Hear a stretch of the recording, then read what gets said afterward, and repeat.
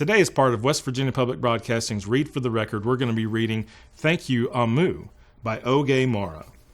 On the corner of First Street and Long Street, on the very top floor, OMU was cooking a thick red stew in a big fat pot for a nice evening meal. She seasoned and stirred it and took a small taste. "What a delicious stew," OMU said. "Tonight's dinner will surely be the best I have ever had." With that, OMU put down her spoon and went to read a book before supper. As the thick red stew simmered on the stove, its scrumptious scent wafted out the window, down the hall and toward the street, and around the block, until... Knock! Someone was at the door. When OMU opened it, she saw... a little boy. "Little boy," OMU exclaimed, "what brings you to my home?" "I was playing with my race car down the hall when I smelled the most delicious smell," the little boy replied. "What is it?" "Thick red stew." Stew, he sighed. "That sure sounds yummy." OMU thought for a moment.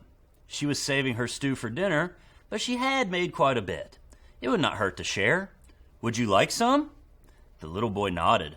And so OMU spooned out some thick red stew from the big fat pot for her nice evening meal. "Thank you, OMU," the little boy said, and went on his way. With that, OMU closed the door and went back to her book.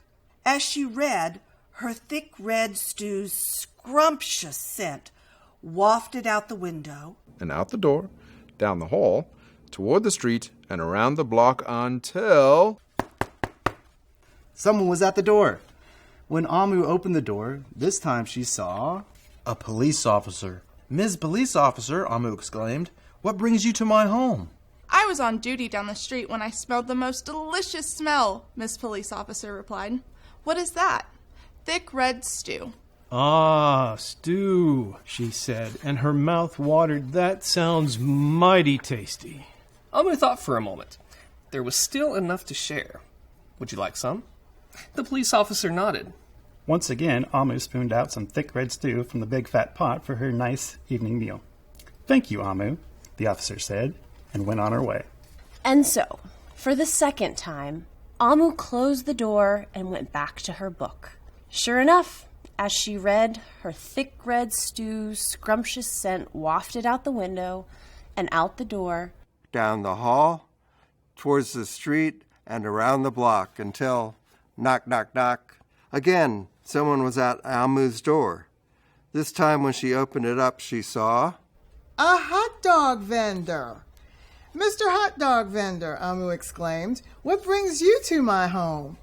"I was selling my hot dogs down the block when I smelled the most delicious smell," Mr. Hot Dog Vendor replied. "What is it?" Thick red stew.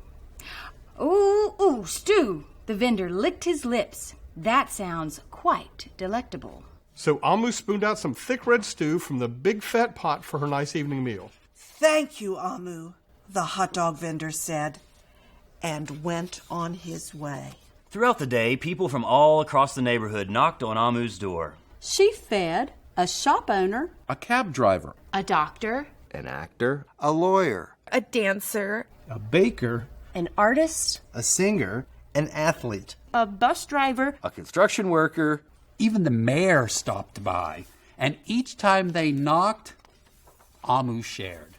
Soon, the sky darkened, the streetlights brightened, and it was finally time for dinner. But when OMU opened her big fat pot of thick red stew for her nice evening meal, it was empty. OMU sniffled. "There goes the best dinner I ever had." Sorry and blue, she sat at the table with her empty pot until... Knock, knock, knock, knock, knock. Who could that be? OMU wondered. When she opened the door, she saw... the little boy, the police officer, the hot dog vendor, the shop owner, the cab driver, the doctor, the actor, the lawyer, the dancer, the baker. Why, everyone she fed today was at her door. "I'm sorry, everyone," OMU sighed. "My thick red stew is all gone. I have nothing left to share." The little boy tugged at OMU's sleeve. "Don't worry, OMU. We're not here to ask. We are here to give." The police officer carried in a fresh salad. The mayor entered with a roast chicken. The baker bought a collection of sweet goodies. Even the little boy presented Amu with something special in a shiny red envelope. Everyone who had knocked on Amu's door that day squeezed inside her tiny apartment, and together they ate, danced, and celebrated. While Amu's big fat pot of thick red stew was empty, her heart was full of happiness and love. That dinner was the best she had ever had. Thank you, Amu.